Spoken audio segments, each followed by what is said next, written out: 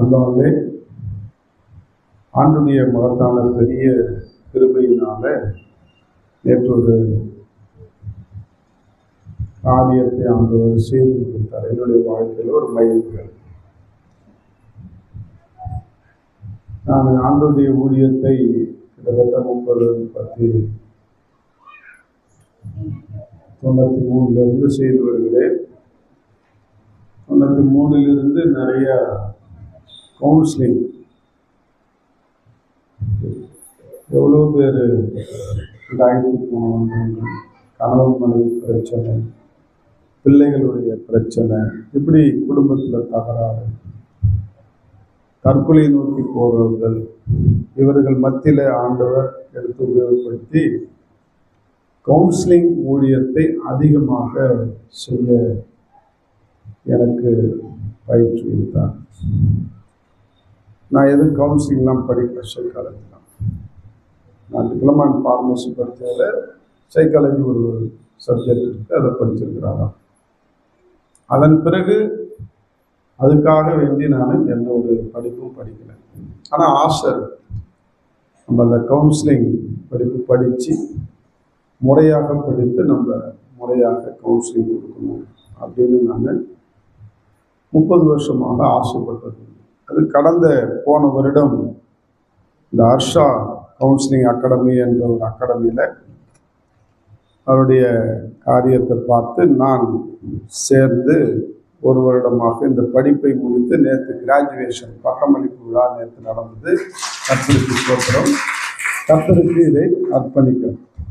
நேற்று காலையில் கூட நான் தியான பாடலாக நானும் என் எல்லாமும் இயேசுவுக்காய் சுவிசேஷத்துக்காய் என்ற பாடலை பாடினேன். அப்போ இந்த பாடல் எனக்கு ரொம்பவும் என்னுடைய இருதயத்தை அசைத்த பாடல், பிடித்த பாடல். நான் இந்த பாட்டை பாடும்போதெல்லாம் நானும் என் குடும்பம், என் பிள்ளைங்க, பேர பிள்ளைங்க எல்லாரையும் நினைச்சிட்டு தான் பாடுவோம். அப்போ பிள்ளைங்க 2, அவ்வளோதான். நானும் என் மனைவி, என் பிள்ளைங்களை நினைச்சு பாடுவோம். அது பிறகு அவங்களுக்கு கல்யாணம் ஆகி அப்புறம் எப்போ பாடினாலும் என் குடும்பத்தை நினச்சி, நானும் என் எல்லாமும் என் குடும்பமும் உமக்கே, உங்களுடைய ஊழியத்துக்கென்றும் உங்களுடைய ராஜ்யத்துக்கென்று என்னை அர்ப்பணிக்கிறேன் ஆண்டவரே அப்படின்னு அர்ப்பணிப்போடு தான் அந்த பாடலை பாடுவேன். இப்போ இந்த வயசிலும் நேற்று நிறைய பேர் பட்டம் 100 பேர்கிட்ட வாங்கினாங்க. அதிகபட்ச வயசு எனக்கு தான் இருக்குன்னு நினைக்கிறேன், 63. மற்றவங்கெல்லாம் என்னோட வயசு கம்மியாக தான் இருக்குன்னு நான் நினைக்கிறேன். இந்த 63 வயசுலேயும் ஏன் படிக்கிறேன் அப்படின்னா, இன்னும் ஏதாவது ஆண்டவருக்குன்னு செய்யணும், இன்னும் ஏதாவது நம்ம ஆண்டவருடைய ராஜ்யத்துக்கு பிரயோஜனம் உள்ளவனா மாறணும் அப்படின்னு தான் நினைச்சிட்டு படிச்சுட்டு இருக்கோம். அடுத்த மாதம் கூட என்னுடைய பிஹெச்டி படிப்பு முடிஞ்சு அது கிராஜுவேஷன் 26ஆம் தேதி. அதுக்காக செபித்து கொள்ளுங்கள். முடிஞ்சுன்னா அதுக்கப்புறம் படிப்பு இல்லை, பிஹெச்டி முடிச்சாச்சு. இது கடந்த 7-8 ஆண்டுகளாக ஆண்டவருக்கென்று எதையாவது சாதிக்க வேண்டும் என்று சொல்லி அந்த 7-8 வருஷமாக படித்த ஒரு காரியம். இப்படி ஆண்டவர் அநேக காரியத்தை ஆண்டவருக்கென்று செய்ய பயிற்றுவிக்கிறார். அது யாருக்காகனா அவருடைய ராஜ்யம் கட்டப்படுவதற்காக, அவருக்காக இன்னும் எதையாவது செய்ய வேண்டும், எதையாவது நம்ம சாதிக்க வேண்டும் என்பதற்காக ஓடிக்கொண்டிருக்கிறேன். இதெல்லாம் ஏன் உங்களுக்கு சொல்றேன்னா, என்னுடைய நாமம், என்னுடைய பெயர் பிரசாதத்துக்காகவோ பெருமைக்காகவோ சொல்லவில்லை. நேற்று காரில் போகக்குள்ள கூட பேசிட்டு போனோம். அந்த பாஸ்டருக்கு ஒருத்தர் ஆங்கிலம் கற்றுக் கொடுக்குறார். அவரு என்ன மாதிரி தான், அவரு 8வது 9வது ட்ராப்பர், அவ்வளோதான். அவர் ஆங்கிலம் கற்றுக்கொள்ளணும்னு ஒரு ஆசையில் நேற்று கற்றுக் கொடுத்துருக்கு. அப்படியே படிச்சுக்கிட்டே தான் போகிறோம். ஒருத்தர் கார் ஓட்டிகிட்டு இருக்கிறவர் அவருக்கு சொல்லி கொடுத்துட்டு. அப்போ வாஸ் அப்படின்னு ஒரு வார்த்தை சொன்னார். எனக்கு என் பழைய நினைவு தான் நினைவுக்கு வந்து, வாஸுக்கு ஸ்பெல்லிங் தெரியல எனக்கு. நான் 10வது கிளாஸ் படிக்கும்போது WAS வாஸ் நல்லா தெரியும், படிக்கிறேன். ஆனால் இங்கிலீஷ் கொஞ்சம் கொஞ்சம் படிப்பேன். ஆனால் இந்த எஸ்ஏ எழுதும்போது, எஸ்ஏ கொஸ்டின் எழுதிட்டு இருக்கும்போது வாஸ் மறந்துடுச்சு, வாஷ் அவுட் ஆயிடுச்சு வாஸ். அது ஏதுனாதான் WAS வாசல் போடுறது, அடுத்த வார்த்தையெல்லாம் ஞாபகம் வருது, அதெல்லாம் நல்லா இருக்குது. இந்த வாசில் ஸ்டக் ஆகி நின்றுச்சு என் பிரெயின். ஸ்பெல்லிங் தெரியல. பக்கத்தில் இருக்கிற பையனுக்கு வாசகம் என்ன ஸ்பெல்லிங்னு கேட்டாங்க, சொல்லுவான். நான் திக்குன்னு இது எப்படி முழிக்கிறத பார்த்துட்டு அந்த எக்ஸாமினர் அந்த அவங்க வந்து என் பக்கத்தில் நின்ட்டாங்க. ஒரு லேடி, அது இவன் ஏதோ பிட்டடிக்க புறம்பளகுது அப்படின்ட்டு வந்து பக்கத்தில் நின்றுச்சு. அவங்க நின்னதுனால நான் கேட்க முடியல அந்த பையன்கிட்ட. ரொம்ப நான் டென்ஷன் பார்ட்டி, பயங்கர கோவக்காரன். இப்போ நின்றுட்டாங்க, நான் எதுவும் எழுத மாட்டேன், என்ன இப்போ ஃபெயில் ஆனால் இப்போ நான் வாழ்க்கையை போட இந்த அப்படி பேப்பர்ன்ட்டு அதுக்கிட்ட வெடுக்குன்னு அந்த பேப்பர் அந்த பொங்கலிட்ட கொடுத்துட்டு வெளியில் வந்துட்டேன். ஃபெயில் இங்கிலீஷில். இப்படி இங்கிலீஷில் ஃபெயில் ஆகி படித்தவன் நான். 2வது +2 இங்கிலீஷில் ஃபெயில், டிப்ளமா இன் ஃபார்மசி இங்கிலீஷில் ஃபெயில். எனக்கு இங்கிலீஷே வராது. இந்த வாசை பற்றி அவர்கிட்ட சொல்லி விடுறது, இந்த வார்த்தையை நான் சொல்லிட்டு தான் போனேன். இந்த பாரு, இந்த வாசால் தான் நான் ஃபெயில் ஆனேன் இங்கிலீஷில். அன்றைக்கி ஒரு வெறி வந்து கிராமர் கற்றுக்கணுன்னு கற்றுக்கிட்டேன். நல்ல கிராமர் எனக்கு தெரியும். இங்கிலீஷ் கிராமரில் ஓரளவுக்கு நல்லா அத்துப்படி ஆகிட்டேன். ஏன்னா 2 டியூஷன் 3 டியூஷன் திரும்ப திரும்ப படித்ததுனால அதில் அத்துப்படி. ஆனால் இங்கிலீஷு பேச வராதுன்னு நான் சொல்லிட்டு இருக்கிறதுனால வரல. வரும்னு சொன்னா வந்துடும். இன்னும் கொஞ்ச நாள்ல வந்துடும். இங்கிலீஷ்ல நான் செய்தி கொடுப்பேன். ஆமென். அதுக்கு தான் நான் ட்ரை பண்ணிட்டு இருக்கிறேன். அப்படி கடந்த என்னை ஆண்டவர் ஒரு முனைவர் பட்டம் PhD லெவல், அதான் படிப்புலேயே லாஸ்ட் படிப்பு, அந்த படிப்பை படிக்கிறதுக்கு உதவி செய்தார். ஆமென். ஒரே சமயத்தில் நான் 2 PhD படிச்சுட்டு இருக்கிறேன். ஒன்று இப்போ கிராஜுவேஷன் ஆகும் போது, இன்னொன்று இன்னும் கொஞ்ச நாள்ல வாங்கிடுவேன். இப்படி இந்த நிலைமையில இன்னொரு மைல்கல், இந்த கவுன்சிலர். இப்போ நான் டிப்ளமா இன் கவுன்சிலர் அப்படின்னு போட்டுக்கலாம். நான் மனநிலை ஆலோசகர் என்று போர்டே போடலாம், அங்கீகாரத்தோட. அது ஒரு பெரிய மைல்கல் தானே. இன்னைக்கு ஒன்றும் அறியாத ஒன்றும் தெரியாத இருந்தவனை இந்த அளவுக்கு ஆண்டவர் உயர்த்திருக்கிறார் என்றால் ஆண்டவருக்கு மகிமை உண்டாகும். ஆமென். உங்களையும் அந்த மாதிரி உருவாக்குவார். நீங்கள் அதை படிக்கணுன்ற ஆர்வம் வந்துச்சுன்னா உங்களை அழகாக இது பண்ணுவார். நான் அந்த 9வது ட்ராப் அவுட் ஆகிட்டாருனால அவரை பற்றி பேசிட்டு இருக்கும்போது ஒருத்தர் பெரிய படித்த டபுள் PhD வாங்கின என்னுடைய ஆசான் என்னை கேவலமாக பேசினார். இவர் காலேஜில் எல்லாம் 9ஆம் கிளாஸ் படித்தவன் 10ஆம் கிளாஸ் படித்தவன் இவங்களெல்லாம் இவர் படிக்க வச்சுட்டு இருக்கிறார் அப்படின்னு. என்னுடைய வழி எனக்கு தான் தெரியும். அப்போ அவர்கிட்ட சொன்னேன், நாங்கள் போய் காலேஜில் போயிட்டு லெக்சரராக போகிறதுக்கு படிக்கல, எங்கள் அறிவை விருத்தி பண்ணிக்கிறோம், அதன் மூலமாக எங்கள் சபை மக்களுக்கு சொல்லித்தரோம். சபை மக்களுக்கு விசுவாசத்தில் வளர அவங்களுக்கு உதவியாக இருக்கும். எங்கள் ஊழியத்தை டெவலப் பண்ணுறதுக்கு நாங்கள் படிக்கிறோம். படிக்காமல் இல்லை, இந்த வயசுலையும் படிச்சுட்டு இருக்கிறோம், கஷ்டப்படுறோம், எழுதுறோம், என்னெல்லாம் செய்கிறோம். அப்ப ஏன் கூட எல்லாரையும் நம்மளும் படிக்க வைக்கணும்னு சொல்லி தான் இந்த 9வது டிராப் அவுட்டா படிக்காத விட்டவங்க, 10ஆம் கிளாஸ் படிச்சவங்க, இவங்களெல்லாம் இன்னைக்கு PhD வாங்குற அளவுக்கு ஒரு 10 பேரை நான் உருவாக்கிட்டேன். ஆமென்.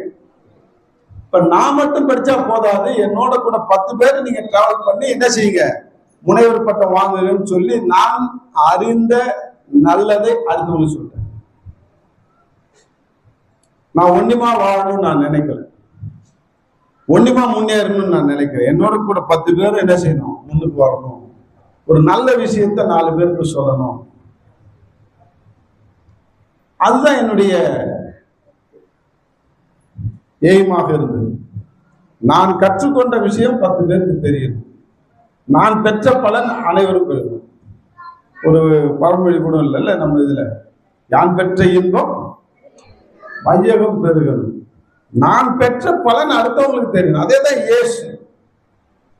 இயேசுவை நான் அறிந்து கொண்டேன், என் கடனிலிருந்து விடுதலை கொடுத்தார், எனக்கு சத்தியத்தை கற்றுக் கொடுத்தார். இதை 10 பேருக்கு சொல்லி இயேசுவை அறிமுகப்படுத்தணும். இயேசுனுடைய ராஜ்யம் கட்டப்படணும். அதுக்கு என்னென்னலாம் செய்யணும், அதுக்கு எப்படிலாம் படிக்கணும், என்னென்னலாம் செய்தா நம்ம இந்த டெக்னாலஜி எப்படிலாம் யூஸ் பண்ணணும். இன்னைக்கு மொபைல்ல நீங்க எல்லாம் எப்படி எப்படி யூஸ் பண்றீங்க, படித்தவர்களாக இருந்தாலும் சரி படிக்காதவர்களாக இருந்தாலும் நேரத்தை செலவு ராஜ்யத்தை பரப்புவதற்கு என்ன செய்யணும், ஆண்டவருடைய சுவிசேஷத்தை பரப்புவதற்கு என்ன செய்யணும், அதுக்கு யோசனை பண்ணுங்க, திங்க் பண்ணுங்க. நான் உண்மையிலே பல வருஷத்துக்கு முன்னாடி, ஒரு 5 வருஷத்துக்கு முன்னாடி தான் திங்க் பண்ணேன். இந்த செல்போன்ல நம்ம எதையாவது சாதிக்கணும், ஆண்டுடைய ராஜ்யத்தை இதன் மூலமாக பரப்பதுக்கு என்ன செய்யணும்னா, நான் இந்த அது என்ன சொல்லுவாங்க, வாட்ஸ்அப் செய்தியை எடுத்தேன். இந்த வாட்ஸ்அப்பை நம்ம ஏன் பயன்படுத்தக்கூடாது செய்தி அனுப்புவதற்கு அப்படின்னு அதில் செய்தி அனுப்ப ஆரம்பித்தேன். வாட்ஸ்அப் கம்பெனிக்காரன் என்ன தீவிரவாதி நினைச்சு என்ன பிளாக் பண்ணிட்டான் என்னுடைய நம்பரை. அப்போ அந்த அளவுக்கு அவனுக்கு குறைச்சல் கொடுத்துக்கிறேன். என் காலையில் எழுந்திரிச்சு 3 மணிக்கு 4 மணிக்கு வாட்ஸ்அப் செய்தி 1 மணி நேரம் 2 மணி நேரம் உலகம் முழுவதும் அனுப்புவேன். சும்மாலாம் அனுப்புவேன். 3000 பேர் 4000 பேருக்கு அனுப்புவேன். அப்படியே 5 பேராக தான் அனுப்பணும்னு ஒரு சட்டம் போட்டான் வாட்ஸ்அப்காரன். அப்படி இருந்தும் 5 பேராக அனுப்பிட்டு உட்காந்துருப்பேன். கிட்டத்தட்ட இடுப்பு ஒடியும், அழுவேன். காலையிலே எனக்கு இடுப்பு ஒலி வரும். உட்காந்துட்டு 5 பேராக அனுப்பிச்சிட்டு இருந்தால் எப்படி இருக்கும் நீங்களே பாருங்க. 2 மணி நேரம் அனுப்புவேன். அதுக்கு ப்ராட்பேண்ட் அப்படின்னு ஒரு டெக்னாலஜி இருக்குன்னு அதுலேயும் 10 குரூப்பு ஆரம்பிச்சு அதுலேயும் 300 பேர் 600 பேர்னு அனுப்பிச்சிட்டு இருந்தேன். ஒரு நாளைக்கு கிட்டத்தட்ட ஒரு 10,000 பேருக்காவது அனுப்பணுன்றது என்னுடைய எய்ம். அப்படி அனுப்பும்போது தான் என்னை பிளாக் பண்ணிட்டான். நீ தீவிரவாதி, உன்னுடைய நம்பரை நாங்கள் பிளாக் பண்ணுறோம் அப்படின்னு சொல்லி கம்பெனிலே சொல்லிட்டோம். அதுக்கப்புறம் சும்மா இல்லை, வேற ஒரு நம்பரை வாங்கி திரும்பி அதை கண்டினியூ பண்ணிட்டு தான் இருக்கிறேன். இன்னும் விடலை, என்ன செய்யலை. அதனால என்ன ஆச்சுன்னா, நம்ம செய்தி இன்னைக்கு உலகம் முழுவதும் பரவாயில்லை. ஆமே,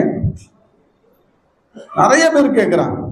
நேற்று கூட இந்த ஃபங்க்ஷன்ல ஒரு அம்மா பார்த்துட்டு, உங்க செய்தி வாட்ஸ்அப்ல வருது இல்லையா, இதுதான் நீங்க தானே டேவிட் கேசவன் அப்படின்னா. ஆமா, அவங்க யாரும் தெரியாது, கோயம்புத்தூர்.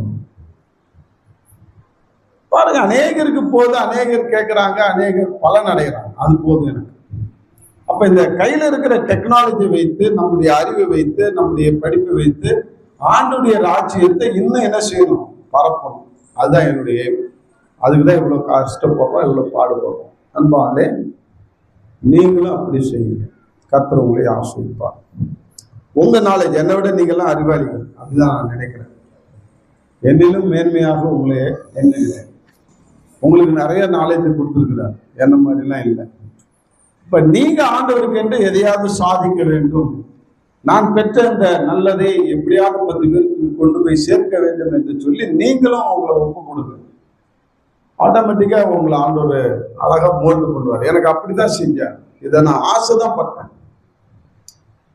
இது படிச்சா தேவலாமே, நம்ம தைரியமா கவுன்சிலர் அப்படின்னு போட்டுட்டு ஊழியர் பண்ணலாமே இன்னும் 10 பேருக்கு அப்படின்னு நான் ஆசைப்பட்டேன். அதே போல கரெக்டா எனக்கு அந்த அட்ரஸ் கிடைச்சிது. அதை அவங்களோட தொடர்பு கொண்ட 1 வருஷமா படித்தேன். நேற்று பட்டம் வாங்குறதுக்கு ஆண்டவருக்கு இருப்பார். அப்படிதான் ஒவ்வொரு காரியமும். இந்த அரசாங்கம் கொடுக்குற டிப்ளமாக்காக நான் 3 வருஷம் ஆசைப்பட்டேன். அந்த மாதிரி ஆசைப்படும் போது தான் மதுரை காமராஜ் யூனிவர்சிட்டியிலேருந்து எனக்கு அந்த படிப்பு எனக்கு கிடைச்சிது, அட்ரஸ் கிடைச்சி அதில் படித்தேன். அதை பேன் பண்ணி அதையும் அவங்க என்ன செஞ்சாங்க, அந்த துறையை, கிறிஸ்துவ துறையை இல்லாத மதுரை காமராஜ் யூனிவர்சிட்டியில் ஆக்கிட்டான். ஒருத்தவன் மதவெறி பிடிச்சவன். உண்மையிலே அதுக்காக 1 வருஷம் எழுதுங்க. ஆண்டவரே, இப்படி காமராஜ் யூனிவர்சிட்டியில் அரசாங்கம் ஒரு சர்டிஃபிகேட் கொடுக்குது, டிப்ளமா இன் இறையியல் கிறிஸ்டானிட்டின்ட்டு, அதை தடை பண்ணிட்டான். ஒருத்தன் புதுசாக ஒரு ஆபீசர் அந்த யூனிவர்சிட்டிக்கு இப்படி மதம் மறப்புறாங்களா அப்படின்னு சொல்லி ஒரு மதவெறியன். அதுக்காக ஜெபிச்சதுல ஆண்டவர் அழகா இந்த Meghalaya university, Martin Luther Christian University கூட டைப் வச்சு இன்னைக்கு 100 பேருக்கு மேல அந்த டிப்ளமா இன் தியாலஜிக்கல் இறையியல் பட்டப்படிப்பு படிக்கிறதுக்கு ஆண்டவர் உதவி செய்தார். ஆமே, அந்த கதவை அடைச்சதுனால 100 கதவு என்ன செஞ்சார், நம்ம மூலியமா, நம்ம மெக்னாயின் பைபிள் காலேஜ் மூலமா 100 பேர் படிக்கிறதுக்கு ஆண்டவர் உதவி செய்தார். இப்படி எதையாவது சாதிக்க வேண்டும். எல்லாம் ஜபத்துல சாதிக்கலாம். நீ ஆசைப்பட்டு ஜபி, என்னை இப்படியா மாத்து, நிச்சயமா மாற்றுவார். ஓகே, நீங்கள் எல்லாம் ஒரு சாதனையாளராக மாற வேண்டும் என்று நான் விரும்புகிறேன். ஆமென். எத்தனை பேருக்கு ஆசை இருக்கு? படிக்கல, படிப்பு ஒரு அவசியமே கிடையாது. நீ நினைச்சா எப்போ வேணாலும் சாதிக்கலாம், என்ன வேணாலும் சாதிக்கலாம். ஐடியா தான் வேணும். நீ ஆசைப்பட்டனா ஆண்டவர் எல்லாத்தையும் கொடுப்பாரு. நேற்று ஒரு கிளிப் பார்த்தேன். ஒருத்தர் ஒரு பிசினஸ்ல, சப்ஜெக்டுக்கு இன்னும் வரல, நம்ம போவோம், பொறுமையா போவோம், ஒன்றும் அவசரம் இல்லை. முக்கியமானதான் நான் சொல்லுவேன், அவசியம் இல்லாத சொல்ல மாட்டேன். எனக்கு அது யூஸ்ஃபுல்லா இருந்தது. ஒரு பிசினஸ் மேன் ஒரு பிசினஸ் தொடங்க வேண்டும் என்று ஆசைப்பட்டார். ஒரு பிசினஸ் பர்சன் எங்க தொடங்குவான்? ஒரு டவுன்ல தொடங்குவான், பெரிய பெரிய சிட்டில தொடங்குவான். ஒரு ஒரு பெரிய ஹோட்டல் வைக்கணும், ஒரு 5 ஸ்டார் ஹோட்டல் மாதிரி ஒன்று கட்டணும் அப்படின்னு நினைச்சு இன்வெஸ்ட்மெண்ட் பண்ணலாம். 5 ஸ்டார் ஹோட்டல் எங்க கட்டுவான்? கிராமத்துல கட்டுவானா, டவுன்ல கட்டுவான்? ஒரு குக்கிராமத்துல எவனா கட்டுவானா? அந்த சிந்தனை எப்படி மாற்றி யோசிச்சார். ஒரு கிராமத்தை நாம் தேர்ந்தெடுக்க வேண்டும். அதுல ஏழ்மையான கிராமம், பயங்கர சாப்பாட்டுக்கே கஷ்டப்படுற கிராமத்தை நம்ம தேர்ந்தெடுத்து அந்த கிராமத்தை நம்ம டெவலப் பண்ணணும். அங்க போய் இந்த 5 ஸ்டார் ஹோட்டலை கட்டணும். அவன் சிந்திச்சிருக்கிறான். அதுலயே கிராமம் அப்படின்னும் போது, கஷ்டப்படுற கிராமம் போது அவன் அப்படியே தமிழ்நாட்டுல சர்வே பண்ணாராம். அந்த பேர்லாம் மறந்துட்டேன் நான், என்னுடைய பேஸ்புக்ல அதை வச்சிருக்கிறேன், நீங்க என்ன பாருங்க. திருச்சி கிட்ட ஒரு ஊரு, அந்த ஊரையும் நான் மறந்துட்டேன். திருச்சி கிட்ட அந்த ஊர்ல எறும்பு புத்து இருக்குது இல்ல, அந்த எறும்பு புத்தை தோண்டிட்டு பார்த்தாக்கா அரிசி இருக்குமா, நொய் அரிசி. எறும்பு கொஞ்சம் கொஞ்சமா சேகரிச்சு வச்சிருக்கோம்ல, அந்த புத்தை கலைச்சிட்டு அதுல இருக்கிற அரிசி எடுத்து வடிச்சு வயிறு ஆத்துன கிராமம். அப்படின்னா எவ்வளவு வறுமை! இதை விட எக்ஸாம்பிள் வேற என்ன?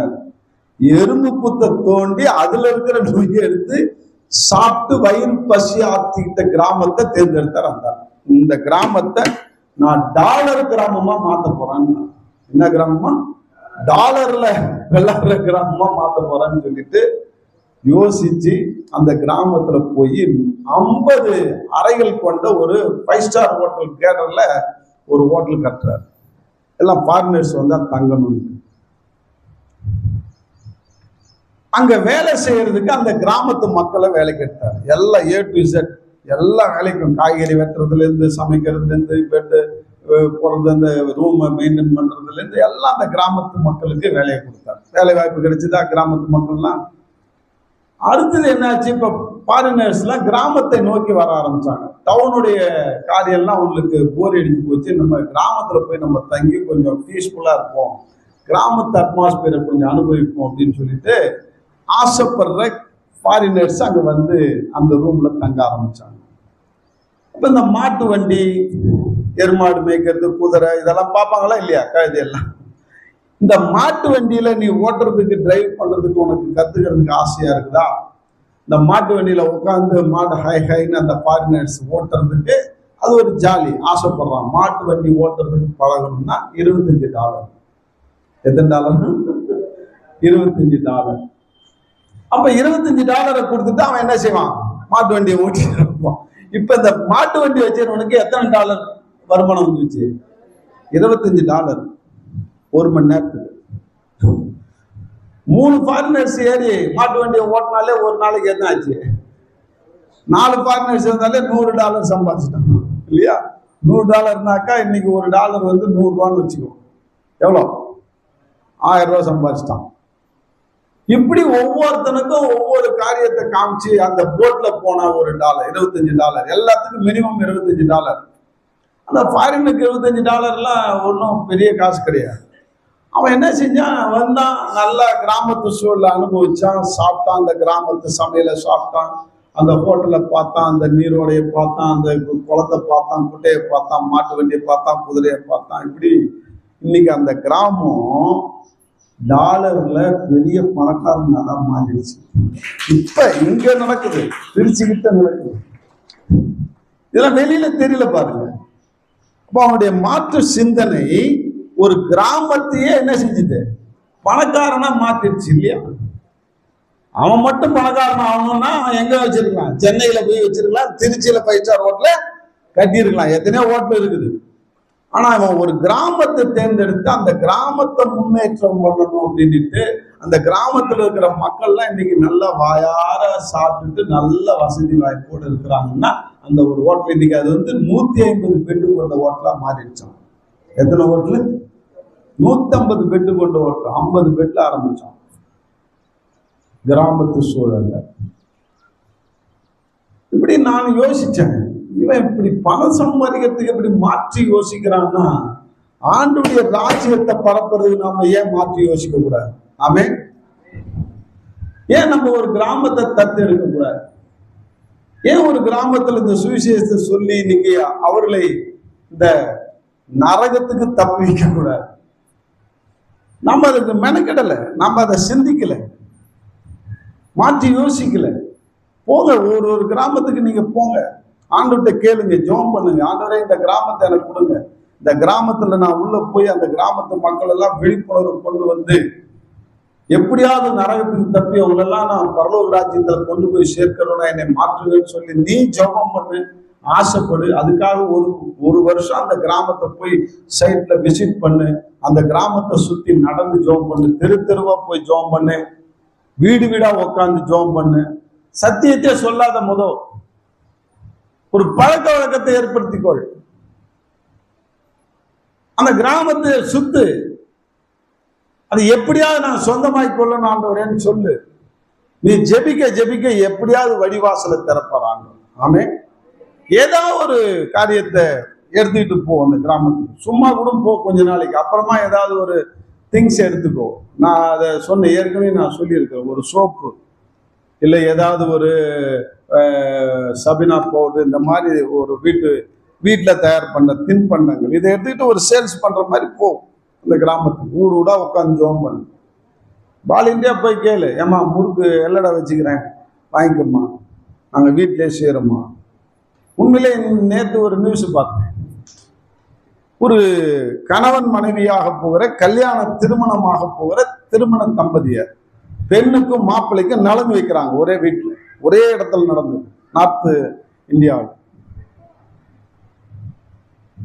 மத்திய பிரதேசத்துல நினைக்கிறேன். கண்ணுக்கு எதிர்க்க அந்த மஞ்சளை எடுத்து காலிலையும் மேலையும் பூசுறாங்க. அதை பூசி நலங்கு வைப்பாங்கல்ல, அது மாதிரி அதை பூசிட்டு இருக்கும் போதே பொண்ணுக்கு எல்லாம் நிறைய பூசிட்டாங்க.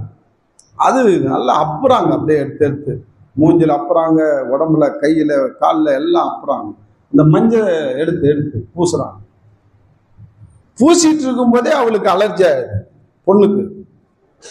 அடுத்த செகண்ட் அப்படியே அவளுக்கு உடம்பெல்லாம் வீங்குது.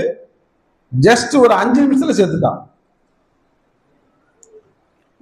மாப்பிள்ளைக்கு அதே போல வீங்கிட்டு இருக்கு. அவனை உடனே ஆஸ்பத்திரிக்கு தூக்கிட்டு போறாங்க. அவன் புத்து வரும் போல ஒரு மாதிரி இருக்கிறான். நேற்று நியூஸ் மஞ்சள் தடவுனதுனால இப்ப மஞ்சளை ஆராய்ச்சி பண்றான், கலப்படம் இருக்கிறான். என்ன இருக்குது? பாய்சனான கெமிக்கல் கலந்து இருக்கிறாங்க. அந்த கெமிக்கல் இவங்களுக்கு அலர்ஜி ஆயிடுச்சு. அலர்ஜி பயங்கரமான ஒரு நோய்ங்க, உங்களுக்கு தெரியாது. இதுக்கே ஒரு அலர்ஜி டாக்டர் எம்டி படிச்சவர், அவர் ஸ்பெஷலிட்டி அதுதான்.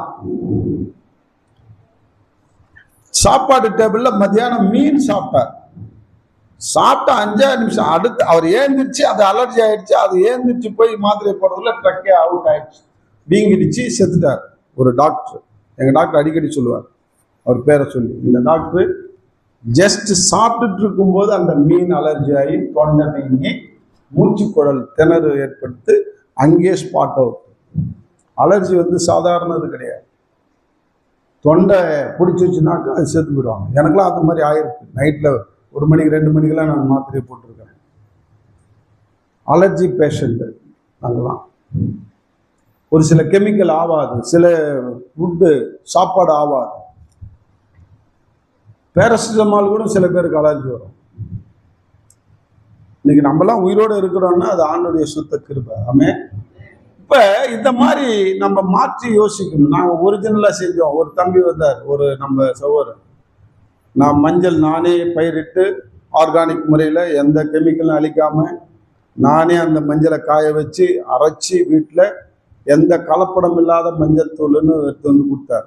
நான் இன்னைக்கு காலையில் நினச்சேன், நான் நேற்று அந்த சம்பவத்தை பார்த்துட்டு இவரே இந்த மஞ்சளை நிறைய வித்தாக்க நல்லா இருக்குங்க, ஒரு டப்பா போட்டு ஊடா ஒரிஜினல் மஞ்சள் தூளுங்க. ஏன்னா இன்னைக்கு கெமிக்கல் தான் வருது.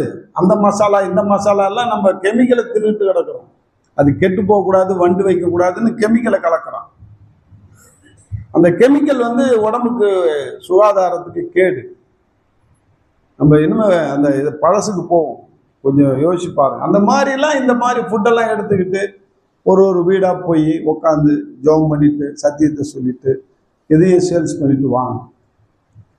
எப்படி ஆகிலும் சத்தியம் போகணும், எப்படி ஆகிலும் அவர் ரட்சிக்கப்படணும். வாட ஒருத்தன் எப்படி ஆகிலும் இந்த கிராமத்து மக்கள் பணக்காரனா மாறணும்ட்டு ஒரு ஐடியாவோட ஒரு காரியத்தை செய்யும்போது நீ அந்த ஐடியாவோட அந்த பாரத்தோட நீ ஜெபம் பண்ணிட்டு போனாக்கா நிச்சயமா ஒரு கிராமத்தை உனக்கு கொள்ளை பொருளா தருவார். ஆமே.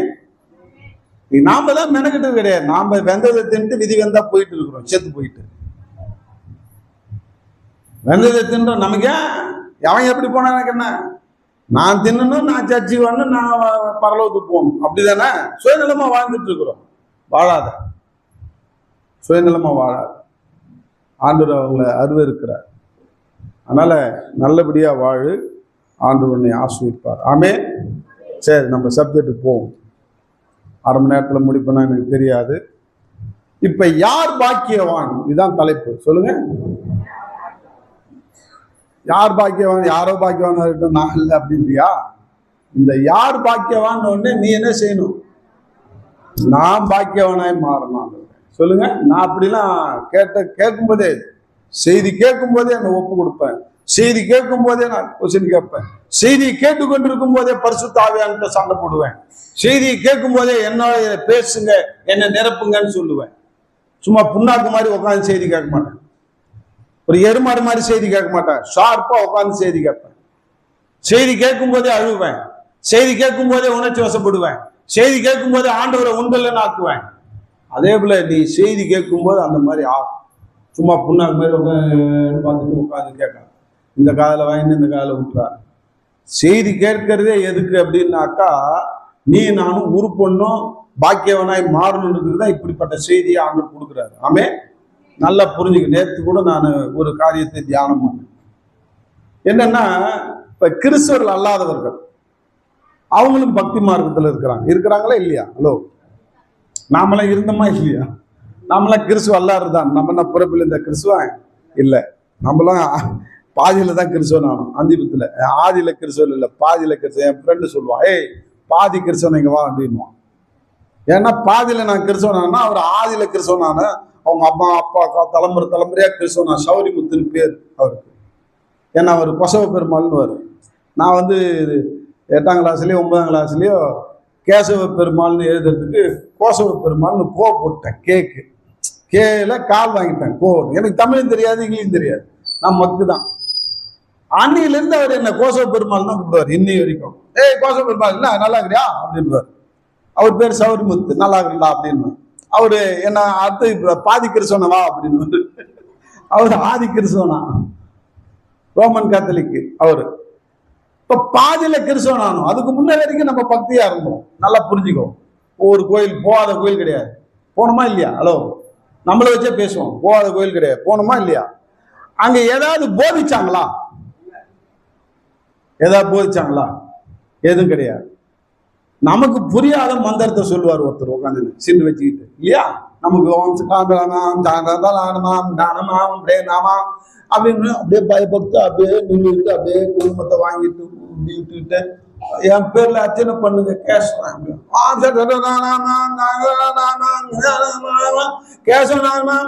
அந்த கேசவன்றதுதான் காலையில் விடும். ஓகே, நம்ம பேரை சொல்றாரு அப்படின்ட்டு பாடையில போட்டுக்கிட்டு தட்டின்னு வருவோம்.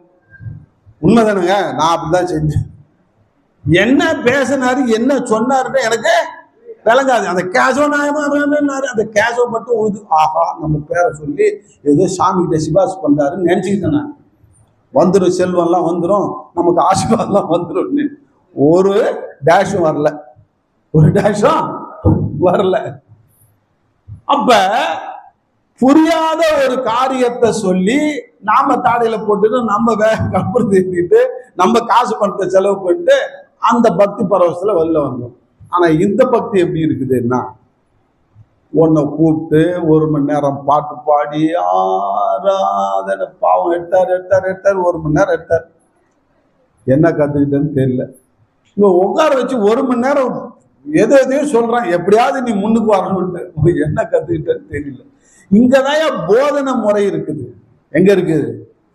கிறிஸ்தவத்துலதான் உட்கார வச்சு நல்லது கெட்டதும் உனக்கு சொல்லித்தரான். ஆமே, வேதத்தை படிச்சு அதை நீ ஈஸியா புரிஞ்சுக்கணுன்றதுக்காக அதுக்கு விளக்கி, அதுக்கு கம்ப்யூட்டர் வச்சுக்கிட்டு, இதெல்லாம் வச்சுக்கிட்டு, இந்த டிவி எல்லாம் வச்சுக்கிட்டு அதுல போட்டு காமிச்சு நீ எப்படியாவது புரிஞ்சுக்கிட்டு நீ முன்னுக்கு வரணும், எப்படியாவது நீ நரகத்துக்கு தப்பணும், நீ எப்படியாவது பரலோகத்துக்கு வரணும், எப்படியாவது இந்த உலக ஆசீர்வாதத்தையும் பரலோக ஆசீர்வாதத்தையும் பெறணும்னுட்டு உன்னை உட்கார வச்சு 1 மணி நேரத்துக்கு போதின்னு போதிக்கிறான். ஆனா அப்படி இருந்து நம்ம என்ன செய்யல, உருப்படல இல்லையா? கொஞ்சம் நான் நினைச்சு பாக்குறேன், ஏப்பா ஆண்டவரே, நாங்க அந்த காலத்துல அவன்கிட்ட போய் காசை கொடுத்துட்டு தேங்காய் பழத்தை வாங்கிட்டு உடச்சிக்கிட்டு தாடையில போட்டு வந்தோம், அப்பயும் உருப்படல. இப்ப போதிக்கிற இடத்துல வந்து உட்காந்து போதிக்கணைய கேட்டுக்கிட்டு இருக்கிறோம், அப்பயும் என்ன செய்யல எங்க மக்கள். நாம எல்லாம் முன்னுக்கு வரணும். ஆமே, பாக்கியவனாய் மாறணும். நான் உட்காந்து ஒரு முடிவு எடுத்தேங்க, இந்த 100 பேர் மாதிரி நான் இருக்கக்கூடாது, நான் வந்து விடுதலை ஆகணும், நான் என் பிரச்சனைல இருந்து விடுதலை ஆகணும். அப்ப எனக்கும் போதிச்சாங்க. 30 வருஷத்துக்கு முன்னாடி ஒருத்தர் வந்து போதிச்சார், அதை கப்புன்னு பிடிச்சேன், அதன்படி நடந்த நான் விடுதலையை பார்த்தேன். இப்ப போதிக்கிறது எதுக்குன்னா, நீ அதை பிடிச்சிக்கிட்டு நீ வாழ்ந்து நீ விடுதலையை பெறுவதற்கு தான், நீ பாக்கியவனாய் மாறுவதற்கு தான், அதுக்குதான் போதிக்கிறான். நல்லா புரிஞ்சுக்கோ, நீ மனசு வைக்கணும், நான் பாக்கியவனாய் மாறணும். சொல்லு, பாக்கியவான் யாருன்னு சொல்லிட்டு யாரோ அப்படின்ட்டு போவாது. நான் தான் அந்த பாக்கியம். இன்னைக்கு கொடுக்கிற செய்தி எனக்கு தான். சொல்லு, நீ கொடுக்கிற செய்தியின்படி நான் நடந்து நான் பாக்கியவனாய் மாற போறேன். தம்பி, இந்த மைக் ரிப்பேர் பண்ணுது, என்ன விட்டு வருது, என்னன்னு பாரு.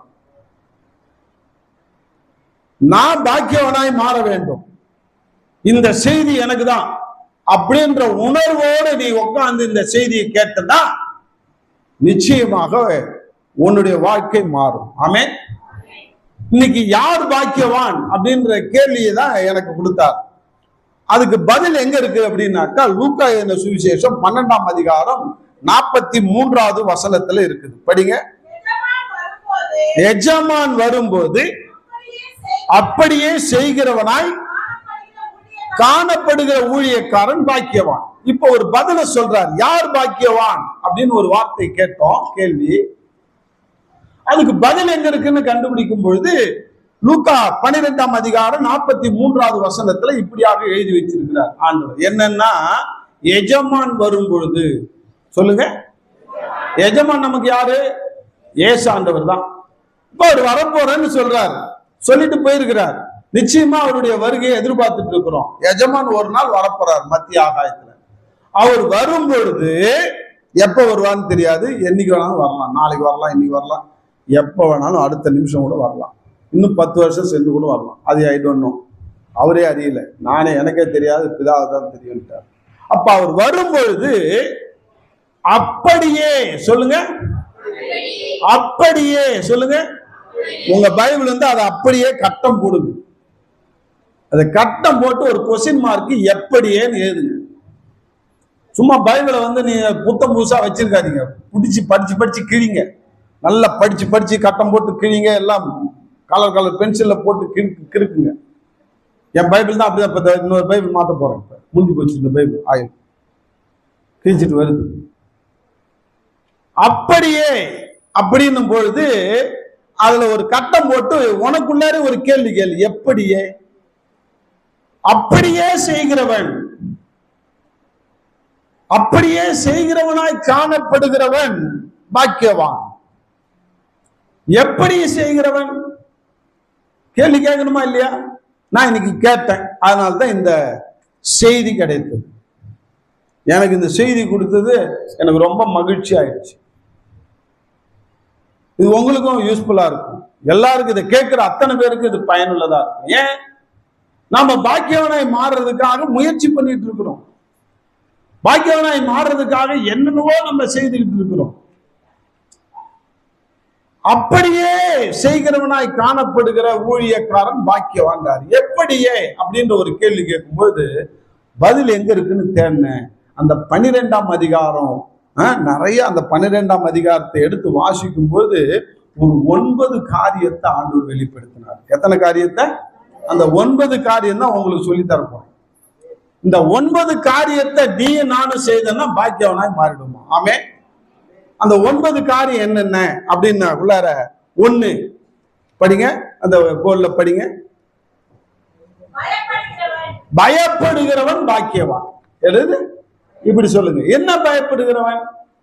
யாருக்கு பயப்படுகிறவன்? பயப்படாதேன்னு சொல்லி கொடுத்தீங்க, இப்ப பயப்படுகிறவன் சொல்றீங்க அப்படின்னு நீங்க கேட்கலாம். அதை படிச்சீங்கன்னா தெரியும். 4ஆம் அதிகாரம் 4வது வசனத்தை 5ஆம் வசனம், இந்த 12வது அதிகாரத்திலே நில்லுங்க, வேற பக்கம் போகாதீங்க. 12ஆம் அதிகாரத்துல 4, 5 நீங்க பிராக்கெட் பண்ணி படிக்க.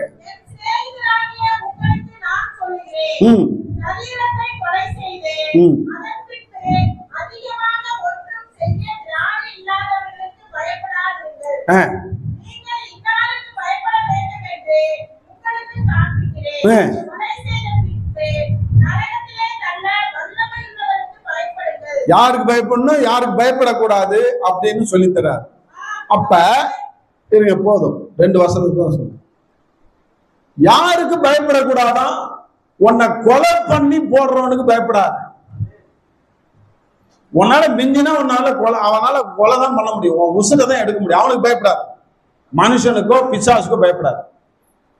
ஆத்துமாவையும் கொல்ல வல்லவருக்கு பயப்படும். அப்ப ஆத்துமாவை கொல்வதற்கு ஆண்டவருக்கு மட்டும்தான் அதிகாரம் இருக்காமே. அப்ப சரீரத்தையும் ஆத்துமாவையும் கொல்ல வல்ல இறைவனுக்கு மட்டும் பயப்படுன்னு சொல்றாரு. மற்ற இறைவன் அல்லாதவர்களுக்கு பயப்படாதேன்னு சொல்றாரு. வேற ஒண்ணும் கிடையாது. கடவுளுக்கு மட்டும் பயப்படு. மனுஷனுக்கோ பிசாசுக்கோ பயப்படாது. அப்ப நாம யாருக்கு பயப்படுறோம்? இன்னைக்கு மனுஷனுக்கும் கடவுளுக்கும் பிசாசுக்கும் பயப்படுறோம்.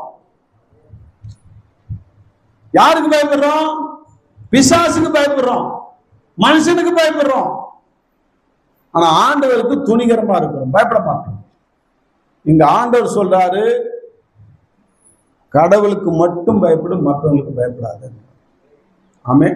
வேற எதுக்கும் பயப்படாது, கடவுளுக்கு மட்டும் பயப்படும். அதுக்குதான் ஆண்டவரே நான் இதை ஒரு பிக்சரைஸா காட்டணும் அப்படின்னு நினைக்கும் போது தானியேல் தான் என் நினைவுக்கு வர்றாரு. அந்த படத்தை போட்டியா?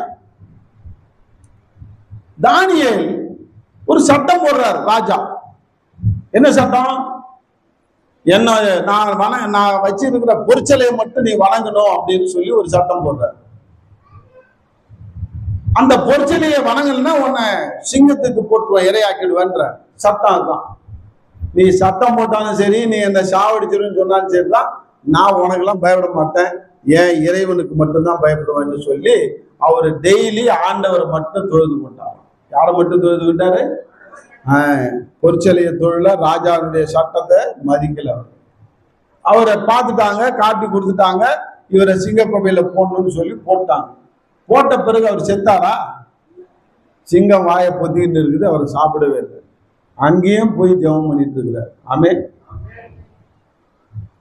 அவரை யாரெல்லாம் சாவடிக்குன்னு நினைச்சானோ மனுஷனுங்க, அவன்ல போட்டோன்னா அந்த சிங்கம் என்ன செஞ்சுதான்? வாங்கி வந்து சாப்பிடுச்சு. அப்ப தானியேலை போல கர்த்தருக்கு மட்டும் பயப்பட நாம் கற்றுக்கொள்வோம். ஆமே. நீ பாக்கியவானாய் மாறுவ. ஒண்ணு புரிஞ்சிச்சா? யாருக்கு பயப்படணும், யாருக்கு பயப்படக்கூடாதுன்னு வேதம் தெளிவா சொல்லுது. அதை நீ புரிஞ்சுக்கிட்டு அதன்படி நீ நடந்தனா நீ பயப்பட மாட்ட. நீ மனுஷனுக்கு பயப்பட மாட்ட, ஆண்டவருக்கு மட்டும் பயப்படு, அவருடைய வார்த்தைக்கு மட்டும் பயப்படு. அதை மட்டும் நீ செஞ்சுக்கோ. அடுத்தது 2, மறுதலிக்காதவன். 2 என்னது? அதுல போட்டிருக்கா, என்னன்னு படிங்க. மறுதலிக்காதவனுக்கு கீழே என்ன போட்டிருக்கு? லூக்கா 12:8-9.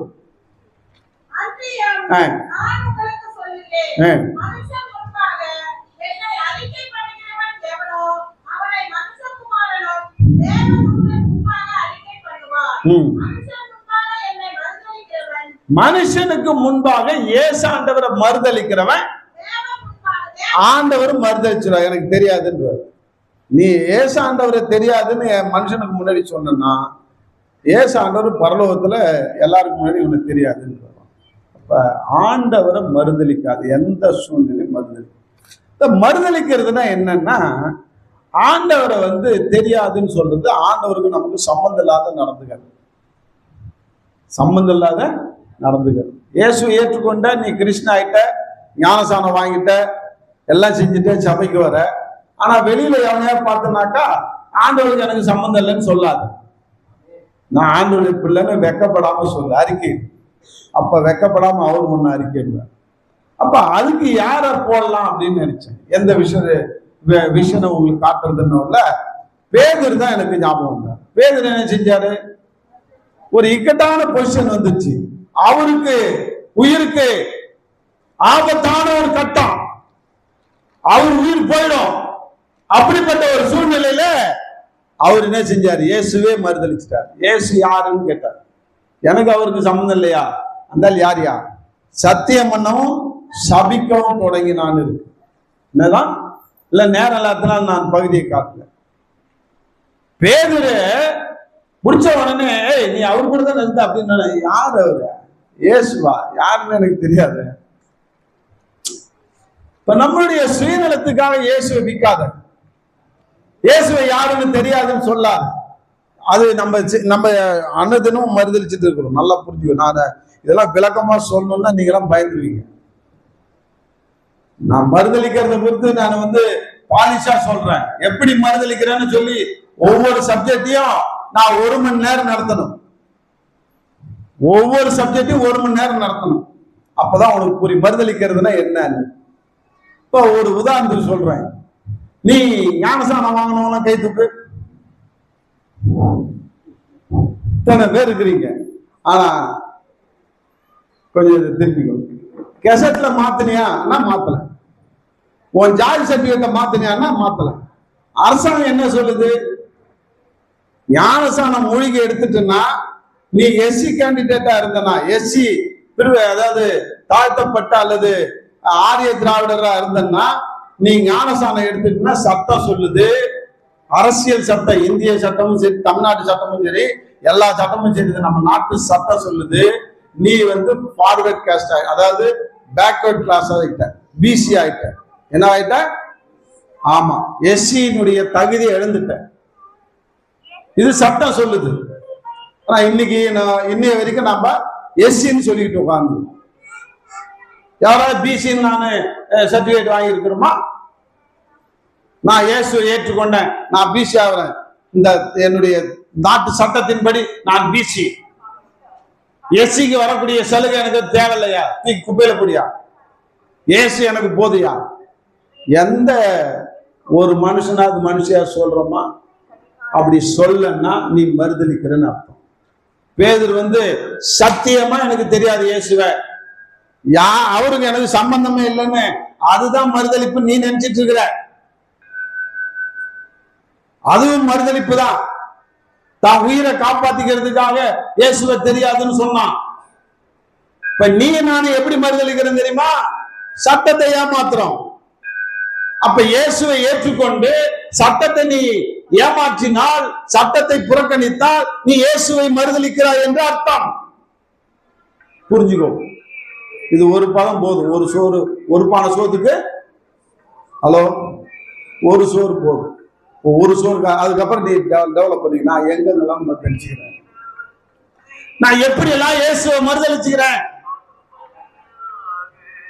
இன்னைக்கு சத்தியத்தை மீறி நீ நடந்தாலே மறுதளிக்கிறேன்னு அர்த்தம். நமக்கு உணர்வு இல்ல. உணர்வு இல்லாம நம்ம பாட்டு ஜாலியா இருக்கிறோம். இயேசுவை அனுதினமும் மறுதளிச்சுட்டு உட்கார்ந்து கிடக்கிறோம். இந்த மறுதளிப்பை பத்தி பேசணும்னா 1 மணி நேரத்துக்கு மேல பேசுவேன். நான் உதாரணத்துக்கு ஒண்ணு சொல்லிட்டேன். அதே பயப்படுன்றதுக்கு எப்படின்னு உதாரணம் காமிச்சாச்சு. என்ன சட்டமே போட்டாலும் அரசாங்கம் இயேசுவை நீ விட்டுன்னு சொல்லி அரசாங்கம் சட்டம் போட்டா நம்ம என்ன செய்யக்கூடாது? விடவே கூடாது. செத்தால நானு சாவரண்டாடே ஓடுறா அப்படின்னு சொல்லணும். அதே சமயத்துல அரசாங்கத்தை ஏமாத்த கூடாது, மறுதளிக்க கூடாது. புரியுதா? அதுதான் இன்னைக்கு இயேசுவை நீ ஏற்றுக்கொண்டதுக்கு அர்த்தம். அடுத்தது பார்க்கிறோம், மூன்றாவது, விரோதமாய் பேசாதே. அதுக்கு பதில் எங்கன்னா லூக்கா 12:10.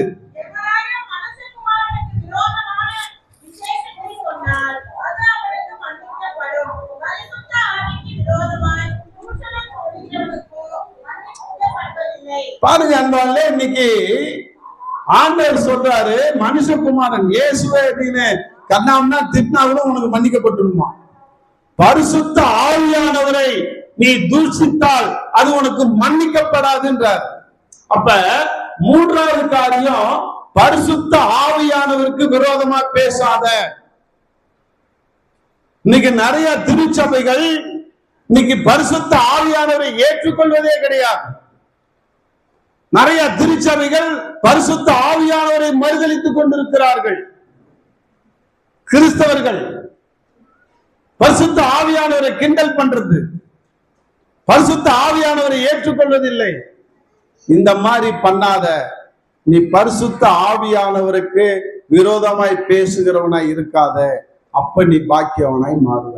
மூன்றாவது காரியம், என்ன பிக்சர் போடணும் போது, அந்த பிக்சர் என்ன தம்பி, டக்கு டக்குன்னு பிக்சரை போடுறதே இல்லையா?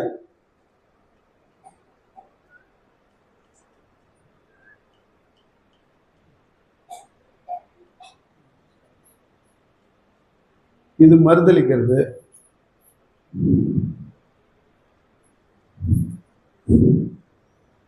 தூஷணமா பேசுறது மற்றவங்க. இன்னைக்கு நாம பரிசுத்த ஆவியானவரை தூஷிக்க கூடாது என்று பார்க்கிறோம். பரிசுத்த ஆவியானவருக்கு விரோதமாய் பேசக்கூடாது என்று பார்க்கிறோம். இன்னைக்கு நாம அதை செய்து கொண்டிருக்கிறோம். நான் பரிசுத்த ஆவியானவரை தூஷிக்கலேன்னு பரிசுத்த ஆவியானுடைய அபிஷேகத்தை பெற்ற மனுஷனை தூஷித்தாலே நீ பரிசுத்த ஆவியானவரை தூஷிக்கிறாய் என்று அர்த்தம். ஆமே, சொல்லு, புரியுதா இல்லையா? இந்த பிக்சருடைய அர்த்தம் என்னன்னா, ஊழியக்காரன் நீ விரல் நீட்டினாலே நீ பரிசுத்த ஆவியானவரை தூஷிக்கிறதா அர்த்தம். அல்லது பரிசுத்த ஆவியானவருடைய அபிஷேகத்தை பெற்றவனை நீ கேவலமா பேசினாலே நீ பரிசுத்த ஆவியானவரை தூஷிக்கிறாய் என்று அர்த்தம். ஒரு உதாரணத்துக்கு நடந்த சம்பவத்தை சொல்றேன். சவுல் மாமனார், தாவீது மருமகன். மாமனாரும் மருமகனை கொல்றதுக்கு வகை தேடுகிறான். அப்ப தாவீது மறைந்து மறைந்து வாழ்ந்து கொண்டிருக்கிறான், புகையிலும் காடுகளிலும். அப்ப சவுல் ஒரு நைட்டு படுத்துட்டு இருக்கிறான் தனியா, கூட ஆள் இல்ல. தாவீதும் தாவீதுடைய மெய்காப்பாளரும் அந்த சவுல் படுத்துட்டு இருக்கிற இடத்துக்கு வந்துட்டாங்க. இப்ப அந்த மெய்காப்பாளன் சொல்றான் தாவீதை பார்த்து, ஆண்டவரே, எஜமானே, நீ இப்ப ஊன்னு சொல்லு ஒரு வார்த்தை. அவனை போட்டு தள்ளிடுறான். இப்ப தனியா படுத்துட்டு இருக்கிறான், பக்கத்துல ஈட்டி இருக்கு, ஒரே சொல்லு, ஒரே ஓட்டு தள்ளிடுறான். இப்ப ஊன்னு சொல்லு அப்படின்றான். தாவீது சந்தர்ப்பம் கிடைச்சி என்னை கொல்வதற்கு தேடிட்டு இருக்கிறவன், தொத்தி தொத்தி அடிக்கிறான். ஒவ்வொரு நாள் நிம்மதி இல்லாம ஓடுறேன். இவன் சந்தர்ப்பம் வந்திருக்குது, போடுறா போட்டு தள்ளுறான்னு சொல்லி இருக்கலாம். நீ ஒன்னும் கொலை செய்யல, நான் தான் செய்யறேன், அந்த பழிபாவை நான் ஏத்துக்கிறேன், நீ ஊன்னு மட்டும் சொல்லுங்களாம். தாவீது சொல்றான், வேணாம் வேணாம், அவனை கொல்றது எனக்கு நோக்கம் இல்லை. அவனுடைய வஸ்திரம் தொங்குது பாரு, துண்டு போர்வை தொங்குது இல்லை, அதுல கொஞ்சம் கட் பண்ணிக்கும், வா, இவன் கிட்ட வந்துட்டு போனோன்றதுக்கு அடையாளத்துக்கு கட் பண்ணிட்டான். மேலே போயிட்டு ஆண்டவன்மாரே தகப்பனேன்னு கூப்பிடுறான். யார? சவுல. எழுதிட்டான், உன்னை கொல்லணும்னா இந்த நிமிஷம் கொன்னு இருக்க முடியும், நான் உன்னை கொல்ல மாட்டேன். ஏனென்றால் நீ ஆண்டவரால் அபிஷேகம் பெற்றவன். யாரால்? ஆண்டவரால் அபிஷேகம் பண்ணப்பட்டவன். உன்னை ஆண்டவர் பார்த்துப்பார். நான் உன் மேல கையை வச்சு உன்னை கொண்டு நான் ஏன் அந்த ரத்த பழிக்கு ஆளாகும்? சொல்லு, புரியுதா? பரிசுத்த ஆவியானவர் நம்ம எப்படி தூஷிக்கிறோம் நினைச்சிட்டு இருக்கீங்க நீங்க? பரிசுத்த ஆவியானவரை தூஷிக்கணும்னு அவசியமே இல்ல. பரிசுத்த ஆவியானுடைய அபிஷேகத்தை பெற்ற எந்த ஒரு மனுஷியோ நீ விரல் வீட்டினாலே அது தூஷிக்கிறதுக்கு சமம். ஆமென். எத்தனை பேர் ஒத்துக்கிறீங்க? எத்தனை பேரை குறை சொல்றோம்? எத்தனை பேர் குற்றம் சொல்றோம்? எத்தனை பேர் இருதய வெடிக்க பேசுறோம்? அன்பாலே, அதனால தான் அந்த படத்தை போட்டேன். இன்னைக்கு நாம எப்படி இருக்கிறோம்? பரிசுத்தாவின் நான் தூசிகளே. ஆனா எத்தனையோ ஊழியக்காரன்னு விரல் நீட்டு வரும். நான் உண்மையிலே தாவீது கிட்ட நிறைய கத்துக்கிட்டேன். சவுல மேல அவன் சொல்றான், அபிஷேகம் பண்ணவன நாம கைய வைக்கவே அவர் பார்த்துப்பாரு, ஆண்டவர் பார்த்துப்பாரு. அவன் நல்லது செஞ்சா நல்ல தீர்ப்பு கிடைக்கும், கெட்டது செஞ்சா கெட்ட தீர்ப்பு. அது ஆவியானவர் பார்த்துப்பாரு. நீ அவனை நியாயம் தீர்க்காத, நீ அவனை குறை சொல்லாத. உனக்கு அந்த அதிகாரத்தை ஆண்டவர் கொடுக்கல. Be careful. தூற்றி திரிகிறோம், ஊழியக்காரனை பத்தி தூற்றி திரிகிறோம், ஊழியக்காரனை கேவலமா பேசுறோம்.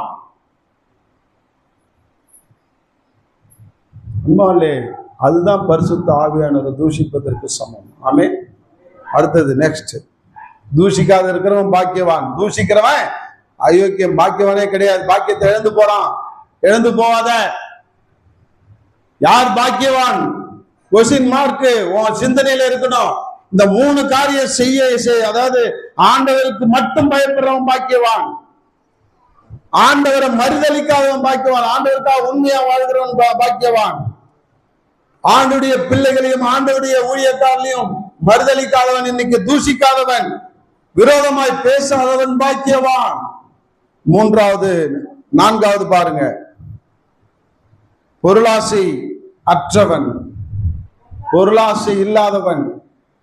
அதுக்கு லூக்கா 12:15-21 வரைக்கும் லாங்கா படிக்கணும். இதை மட்டும் படிங்க, அதை வீட்டுல போய் படிச்சீங்க. பொருளாசை இல்லாதவன். இன்னைக்கு நமக்கு எப்படி இருக்குது பொருளாசை? அதுக்கு என்ன படம்?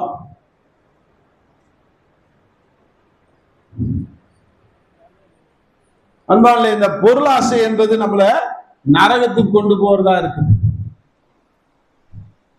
அந்த ஒரு பணக்காரனை கொடுத்து ஒரு ஓமை சொல்லியிருப்பார். ஒருத்தவனுக்கு பெரிய லேண்ட்லார்ட், நிலக்கிழா, நிறைய நெல் விளைஞ்சிரும். அந்த நெல்லெல்லாம் விளைஞ்ச உடனே அவர் சொல்லுவார், ஆஹா, நான் 3 தலைமுறைக்கு இந்த நெற்களை வச்சு பயிரை வச்சுட்டு நானே சாப்பிடுவேன், தொம்பையெல்லாம் இடிச்சு பெருசாக்குங்க அப்படின்ற. அப்பதான் ஆண்டவர் சொல்றாரு, மதிகேடனே என்றார். அவனை பார்த்து என்ன சொல்றாரு? மதிகேடனே, உன் உசுறு இன்னைக்கு போயிடுச்சுன்னா நீ சேர்த்து வச்ச பணம் எல்லாம் யாருக்குடா அப்படின்னா. யாருக்கு? எவன் சாப்பிடுவான்னு தெரியல.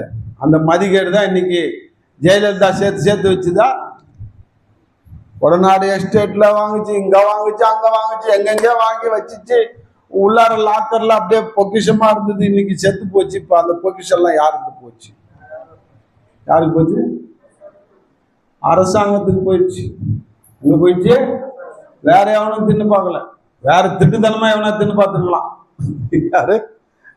அது செத்த உடனே அபேஸ் பண்றவன் எவனா பண்ணிருக்கலாம். ஆனா முறைப்படி இருக்கிற சொத்தெல்லாம் எங்க போச்சு? கவர்மெண்ட்டுக்கு போயிடுச்சு. பிள்ளை இல்லாத சொத்து.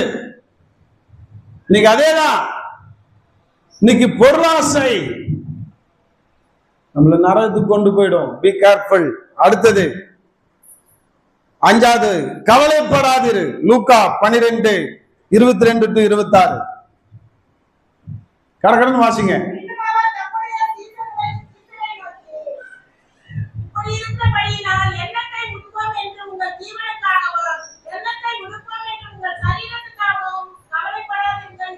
ஆண்டவர் கவலைப்படாதுன்னு சொல்றாரு.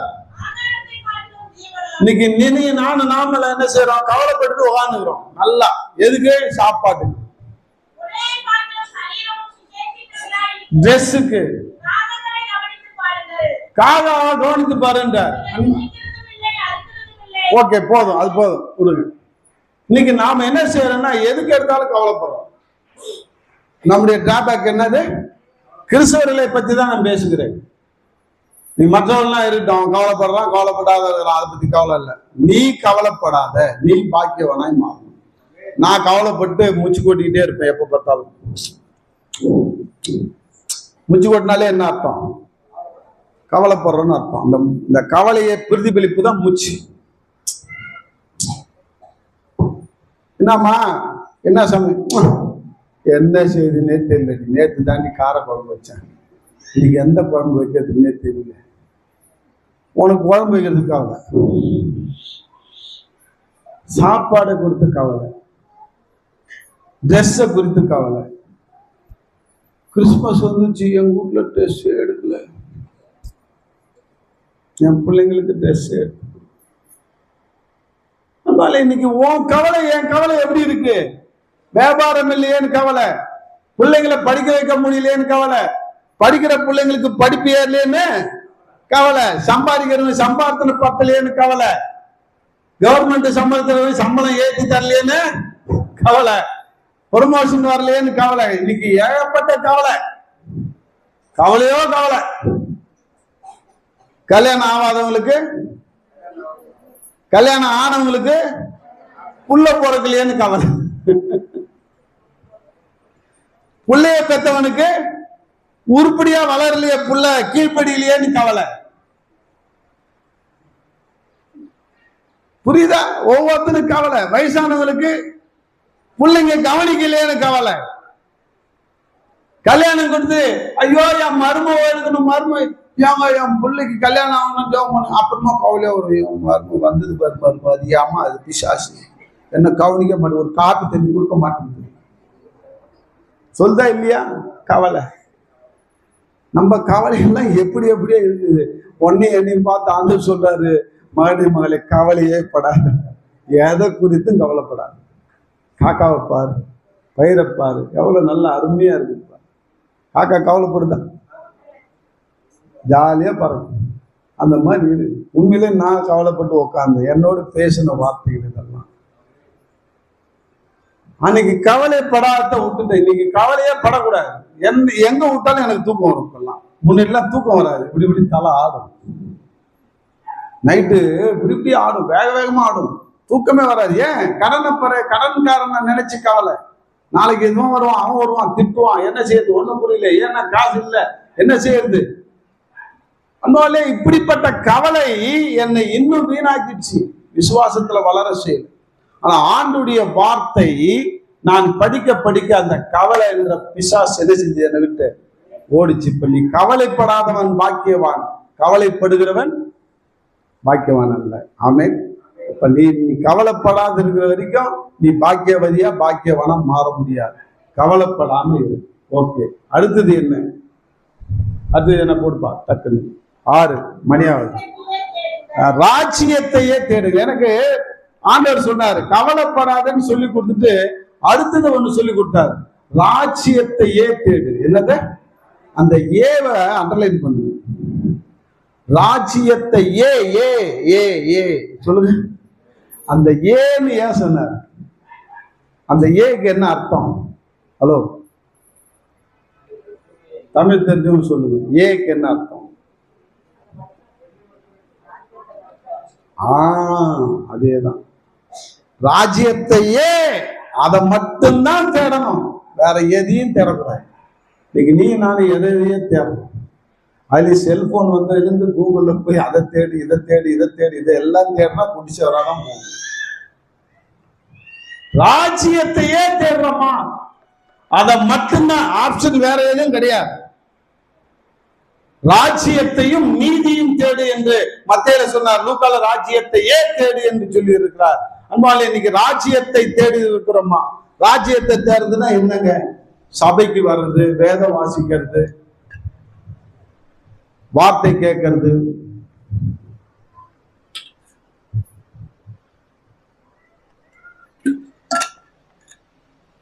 ராஜ்யத்துக்குரிய காரியங்களையே செய்யறது,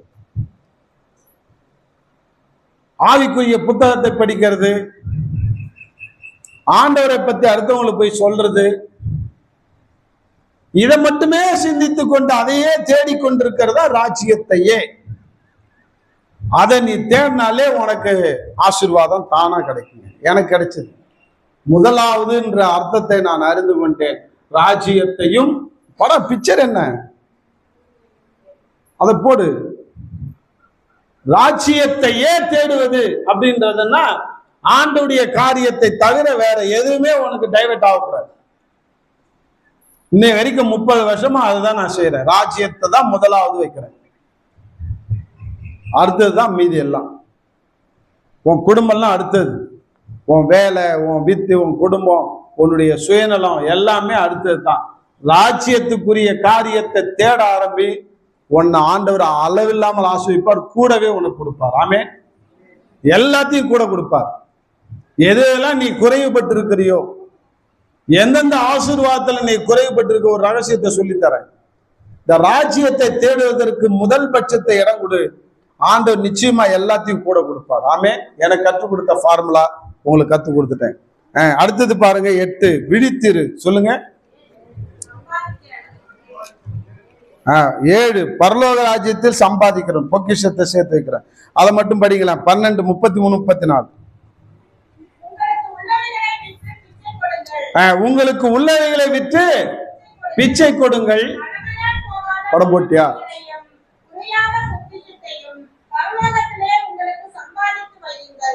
இப்ப நம்ம சம்பாதிக்கிறதெல்லாம் எங்க சம்பாதிச்சு வைக்கிறோங்க? ஹலோ, எங்க சம்பாதிச்சு வைக்கிறோம்? இந்த உலகத்தில் தான் சம்பாதிச்சு வைக்கிறோம். பேங்க்ல வச்சிருப்போம், வீட்டில் வச்சிருப்போம். நேற்று கூட பார்க்குறேன், 100 பவுன் நகை ஒரு வீட்டில் கொள்ளடிச்சு போட்டானோ. எத்தனை பவுனு? 100 பவுனு மேலே. அவங்கெல்லாம் ஊருக்கு போயிருந்தாங்களாம், ஏதோ ஊருக்கு வந்தான், உடைச்சான், பொட்டியை உடைச்சான், பீரோ உடைச்சான். பீரோ தவிர வேற எங்கே வைக்க போகிறோம்? பூமியை நோண்டிட்டா வைக்க முடியும் இல்லையா? செத்துக்கிட்டா பூமியில போடுவது. அப்ப பீரோ உடைச்சு என்ன செய்யறான்? எடுத்துட்டு போயிடறான். அன்பாலே, இங்க பொக்கிஷத்தை சேர்க்காத, பரலோகத்துல பொக்கிஷத்தை சேர்க்கறது கத்துக்கோ. இன்னைக்கு பரலோகத்துல பொக்கிஷம் எப்ப சேர்த்து வைக்க முடியும்னா, இந்த மாதிரி ஏழைகளுக்கு, பிச்சைக்காரர்களுக்கு, அனாதைகளுக்கு நீ உதவி செய்யறதெல்லாம் எங்க கிரெடிட்டா போகுது? பரலோகத்துல பொக்கிஷமா சேருது. ஆமே, உன் பொக்கிஷம் பரலோகத்துல சேர்த்து வைக்கிறதுக்கு கத்துக்கோ, வீட்டுல சேர்த்து வைக்க கத்துக்காது. பரலோகத்துல சேர்த்து வச்சாக்கா நம்ம அங்க போய் உட்காந்து சாப்பிடலாம். பர்மனண்டான வாழ்க்கை இங்கேயா அங்கேயா? மேலதான், இங்க கிடையாது இல்லையா? இங்க நீ 100 வயசு ஆனாலும் நீ என்னதான் சேர்த்து வச்சாலும் உன் கூடவே வராது. அதனால்தான் அலெக்சாண்டர் என்ன செஞ்சாரு? கையை என்னுடைய என் பொட்டியை எடுத்துட்டு போகல, நான் செத்த பிறகு இப்படி கையை விரிச்சு வச்சுட்டு போங்கடா அப்படின்னாராம், பொட்டிக்கு மேல. என்ன அர்த்தத்தில் இருந்தாலும் சொல்றான்னு தெரியல அப்படின்னா. அவன் சொல்றான், 4 டாக்டருங்கிறதான் என்னை சுமக்கணும். அந்த சவப்பொட்டியை எத்தனை டாக்டர் சுமக்கணும்? 4 டாக்டருங்க, இல்லை 8 டாக்டர், எல்லாம் டாக்டருங்க சுமக்கணும். அடுத்தது நான் செத்த பிறகு என் கையை பொட்டிக்கு மேல இப்படி விரிச்சு வச்சிடணும். அடுத்தது என் பொட்டி போ முன்னாடி நான் சம்பாதிச்ச கஜானால வச்சுக்கிற பொற்காசெல்லாம் வந்து இறச்சிக்கிட்டே போகணும், இறச்சிக்கிட்டே போகணும். இதுதான் 3 கண்டிஷன் போட்டாராம் அந்த ஆள். இதுக்கு என்ன அர்த்தம் அப்படின்னா, பெரிய அலெக்சாண்டர் எல்லாத்தையும் வென்றாரு, உலகத்தையே ஆண்டாரு. போகும்போது செத்து போகும்போது என்னத்தையும் வெறுங்கையை தான் போறாரு. என்னதான்? ஆண்டுடைய வசனத்தை பிரதிபலிக்கிறது. ஏன்னா நிர்வாணியா வந்தேன், நிர்வாணியா செத்து போனாக்கா குழியில இறக்கிட்டு அண்ணா கவரெல்லாம் வெட்டுவாங்க தெரியுமா? எல்லாத்தையும் மூக்குத்தி திருவாணியெல்லாம் என்ன செய்வாங்க? இல்லை அவங்க போட்ட மூக்குத்தி, வைர மூக்குத்தி அவங்களோட போட்டோம்.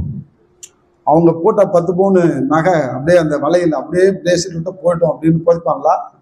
ஹலோ, எங்கேயா போச்சது பார்த்துக்கிறியா? அப்படி போச்சிருந்தான்னா வெட்டியா நைட்டோட நைட்டா பொட்டியை காட்டு போட்டுருவான். ஏண்டா இவனை போச்ச இடத்துல பவுனை போச்சுட்டு அவனை தோன்றா பார்த்துக்கலாம், அப்புறம் பார்த்துக்கலாம்டா போன மாதிரி. உண்மைதான், ஒரு மூக்குத்தி திருவாணி கூட விட மாட்டான் இல்லையா? எல்லாத்தையும் எடுத்துறான், உருவிடுறான். இதுதான் நிலைமை. அதனால்தான் அவர் சொன்னார் அலெக்சாண்டர், வெறுங்கைனா வந்த வெறுங்கைனா போறேன். உலகத்தை இவ்வளவு சம்பாரிச்சு இவ்வளவு பவுனு கஜானால சேர்த்து வச்சேன், அதனால்தான் வாரி இறைச்சான், வாரி இறைச்சான். அம்மாலே, உன்னுடைய பொக்கிஷத்தை, உன்னுடைய வருமானத்தை, உனக்கு போக மீதி உள்ளதை ஏழைகளுக்கு கொடுங்க. ஏழைகளுக்கு கொடு, இல்லாதவங்களுக்கு கொடு, உதவி செய், ஒரு பங்கை ஒதுக்கு. நீ 1000 ரூபாய் சம்பாதிச்சியா, எனக்கு 500 ரூபாய் போதும், 500 ரூபாய் நான் இல்லாத ஏழைகளுக்கு கொடுக்க போறேன், கொடு. படிக்கிறதுக்கு உதவி செய்ய போறேன், இல்லாத ஏழைகளுக்கு உதவி செய்ய போறேன், பிச்சைக்காரர்களுக்கு உதவி செய்ய போறேன், பாட்டா பிரி. இதெல்லாம் நம்ம வாழ கத்துக்கல. பொக்கிஷத்தை அங்க சேரு, இங்க சேர்க்காத. அது இங்க பூச்சியும் துரும்பும் தின்னுடும். திருடன் கண்ணமிட்டு திருடிடுவான். அப்ப பரலோகத்துல சேர்த்து வைக்க கற்றுக்கொள்றவன் பாக்கியவான். அடுத்தது விழித்திரு. லூக்கா 12:35-38, 35-38. விழித்திருக்கிறவன். கொஞ்சம் நிதானமா படிங்களேன். உங்கள் அறைகள் கட்டப்பட்டதாகவும் உங்கள் விளக்குகள் எரியறதாகவும் தட்டும்போது திறக்கும்படி எப்பொழுது வருவார் என்று விழித்திருக்கிற மனுஷனுக்கு ஒப்பாயிருங்கள். விழித்திருக்கிறவன் பாக்கியவான். அப்ப விழித்திருக்கிறதுனா என்னங்க? நல்ல கொட்ட கொட்ட மூச்சு பார்க்கறதா? நைட்டெல்லாம் தூங்காம எப்போ வருவாருன்னு பார்த்துட்டு இருக்கிறதா? இல்லை என்பாங்க. அதுதான் 35ஆவது வசனத்தை நிறுத்தி படிக்க சொன்னேன். நிறுத்தி படிங்க. அறைகள்னா எதுங்க? இடுப்பு. பரலோகம்ல இடுப்பு தான் அறைன்னு சொல்லுவாங்க. அரணாக்கவருன்னு சொல்லுவாங்க தெரியுமா? அறைன்னா என்ன? அண்ணா கவுரா?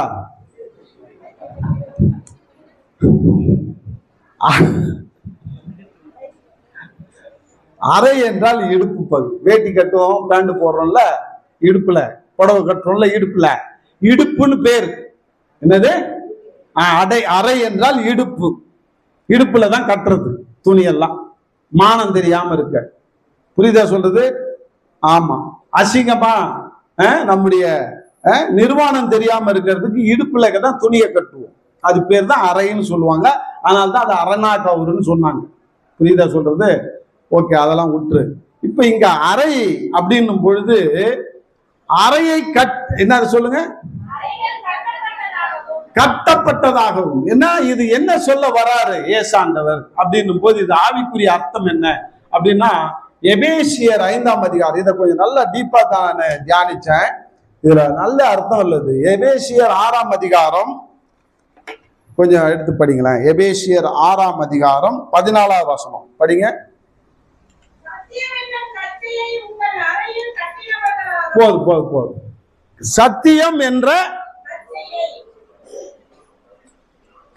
கச்சையை அறையில் கட்டினவர்களாகும். கச்சை அப்படின்னாக்கா, அந்த காலத்துல எம்ஜிஆர் படம் எல்லாம் நீங்க பாத்தீங்கன்னாக்கா, இந்த இடுப்புல அப்படியே டிசைனா தொங்கும் தெரியுமா? இன்னைக்கு கிரிக்கெட் வீரர்லாம் ஒரு இதை பேட் மாதிரி போய் கட்டிப்பாங்க. ஏன்னாக்கா பாதுகாப்புக்காக, அறையை கட்டினவர்களாக.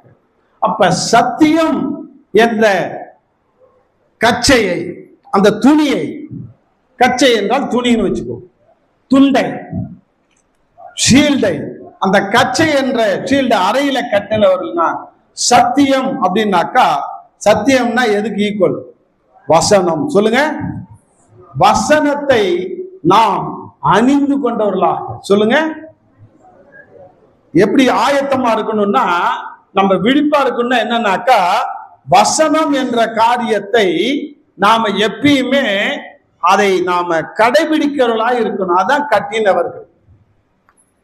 இந்த வேத வசனத்தை அலட்சியம் பாராட்டாம வேத வசனத்தின்படி வாழ்கிறவர்களா இருந்தனா நீ அறையை கட்டிட்டு விழிப்பா இருக்கிறன்னு அர்த்தம். அப்ப வசனத்தை அறிவீர்கள், வசனம் உங்களை விடுதலையாக்கும். சத்தியத்தை அறிவீர்கள், சத்தியம் உங்களை விடுதலையாக்கும் சொன்ன மாதிரி வசனத்தை நீனே கட்டிக்கிட்டு இருக்கணும்ன்ற, வசனத்தின்படி வாழ ரெடியா இருக்கணும்ன்ற, அதான் விழித்திருக்கிறது. வசனம் இல்லாம நீ வாழ்ந்து புண்ணியம் இல்லைங்க. கிறிஸ்தவர்கள் வசனத்தின் அடிப்படையிலே வாழ கற்றுக்கொள்ளுங்கள். ஒவ்வொரு வசனத்தில் வாழ கற்றுக்கொள்ளுங்கள். நான் ஏற்கனவே சொன்னேன், வசனத்தின்படி வாழறதுன்னா என்ன அப்படின்னாக்கா, வெளிப்படுத்தின விசேஷத்துல ஒரு இடத்துல சொல்றாங்க, மனவாட்டி ஆயத்தம் பண்ணுகிறாள். அப்ப மனவாட்டினாக்கா பொண்ணு. பொண்ணுக்கு ட்ரெஸ் எப்படி இருக்கும்? ஆர்டினரி கிழிஞ்ச சேலையை கட்டிட்டு வருவாளா பொண்ணு? எப்படி வருவா? பட்டு சேலையை கட்டிட்டு வருவா, பிரத்யேகமான சேலையை கட்டிட்டு வருவா. மற்ற கும்பல்ல பொண்ணுன்றது தனியா அடையாளம் தெரியும்.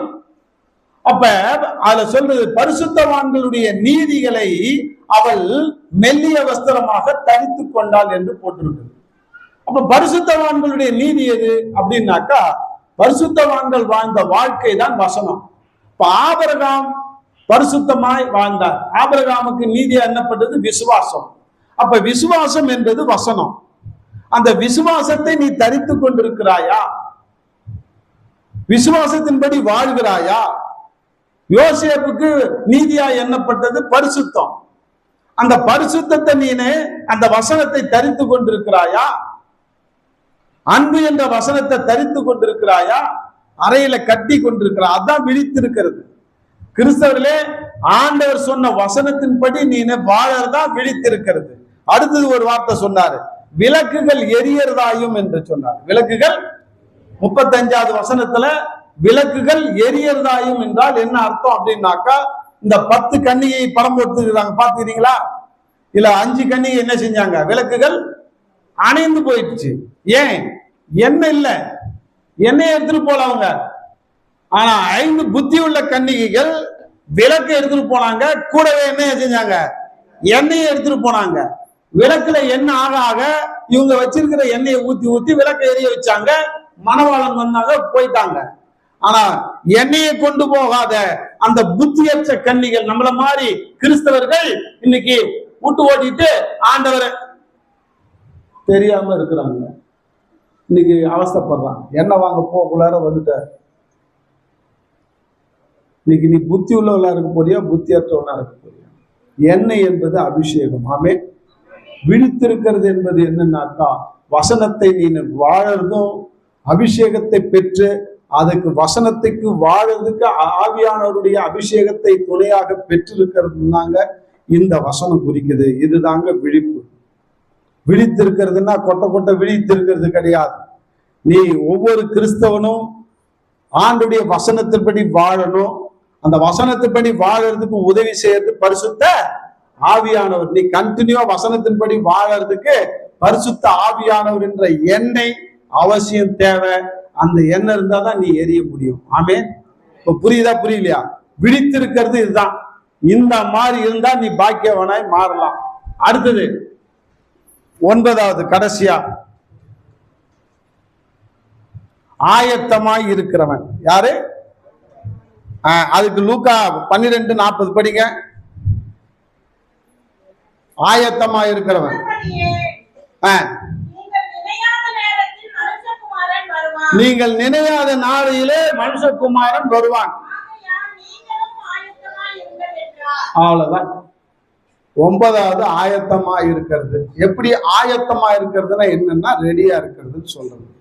ரெடியா இருக்கிறது என்னன்னா, இந்த 8 படி நீ வாழ்ந்தானா நீ ரெடியா இருக்கிறன்னு அர்த்தம். ஆமே. இப்ப புரியுதா? இந்த 9 காரியம் ஆயத்தமா இருக்கிறது கடைசி காரியம். அப்ப மனுஷகுமாரன் வரும்போது இந்த 8 படி நீ வாழ்ந்து ஆயத்தமா இருக்கும் பொழுது மனுஷகுமாரன் வரும்போது நீ நானும் எடுத்துக்கொள்ளப்பட முடியும். எடுத்துக்கொள்ளப்பட முடியும். அன்பாலே, இந்த 9 காரியத்தின் படி நீ நடக்கிறியா? அவன் தான் புத்தி உள்ளவன். அதுதான் சொன்னாரு. இந்த 9 என்றாலே நவம். 9 என்றால் என்னது? நவம்னு சொல்லுவாங்க. நவம் என்றால் வடமொழி சொல். அதுக்கு புதுமை என்று தமிழ் அர்த்தம். என்னதான்? புதுமை. 9 என்றால் புதுமை. சொல்லுங்க. இந்த 9 அம்சங்களையும் பெற்று 9 காரியத்தின் படி நீ நடந்து ஒரு புது மனுஷனாய் புது மனுஷியாய் மாறணும்னா நீ நானும் பாக்கியவனாய் மாற முடியும். ஆமென். எத்தனை பேருக்கு புரியுது? இந்த 9 காரியப்படி நான் நடக்கணும் ஆண்டவரே, இதுக்கு என்னை ஒப்பு கொடுக்குறேன்னு சொல்லி ஒப்பு கொடுங்க. ஆண்டு 9 காரியத்தின்படி மாற்றுவார். இந்த 9 நீ 3 பிரிச்சுக்கோ. பயப்படுகிறவன் ஆண்டவருக்கு மட்டும் பயப்படணும். மறுதளிக்காதவன் ஆண்டவர் மறுதளிக்காதவன். விரோதமாய் பேச ஆவியானவரை விரோதமாய் பேசாதவன். பொருளாசை இராதவன், கவலைப்படாதவன், ராஜ்யத்தை தேடுகிறவன், சம்பாதிக்கிறவன், வீட்டிருக்கிறவன், ஆயத்தமா இருக்கிறவன். இந்த 8 படி நீ நடந்தா நீ ஆயத்தமா இருக்குன்னு அர்த்தம். ஆண்டவர் இந்த 9 படி நீ நடக்கிறவன் பாக்கியவான் சொல்றாரு. இந்த 9 படி நீ நான் நடந்து பாக்கியவனாய் மாறுவோம். ஆண்டுடைய வருகையில எடுத்துக்கொள்ளப்படுவோம். கர்த்தர் தாமே உங்களை ஆசீர்வதிப்பாராக. ஜெபிப்போம். அன்பின் தகப்பனே, நன்றியோடு துதிக்கிறோம். இந்த நாளிலே நீர் கற்றுக் கொடுத்த இந்த சத்தியத்தின்படி ஆண்டவரே, நாங்கள் 9 படி வாழ, இந்த 8 படி வாழ்ந்து 9வது காரியத்தை நிறைவேற்ற எனக்கு எங்களுக்கு உதவி செய்யும். ஆசீர்வதியும் ஆண்டவரே. நாங்களும் பாக்கியவானாய் மாற வேண்டும். அதனால்தான் இன்னைக்கு யார் பாக்கியவான் என்று சொல்லி இந்த வசனத்தின்படி எங்களுக்கு வாழ வைத்து வாழ கற்றுக் கொடுத்தீர். நன்றி. இந்த காலை வாங்கி இந்த காலை விட்டு விடாதபடிக்கு நாங்கள் இந்த 9 காரியத்திலே நாங்கள் முக்கியத்துவம் கொடுத்து வாழ்கிறவர்களாய் வாழ்ந்து உம்முடைய ராஜ்யத்திலே பங்கு பெற எங்களுக்கு உதவி செய்யும். ஆசீர்வதி. இயேசு கிறிஸ்துவின் நாமத்தினால ஜெபிக்கிறேன் ஜோன்ல தகப்பனே. ஆமேன், ஆமேன்.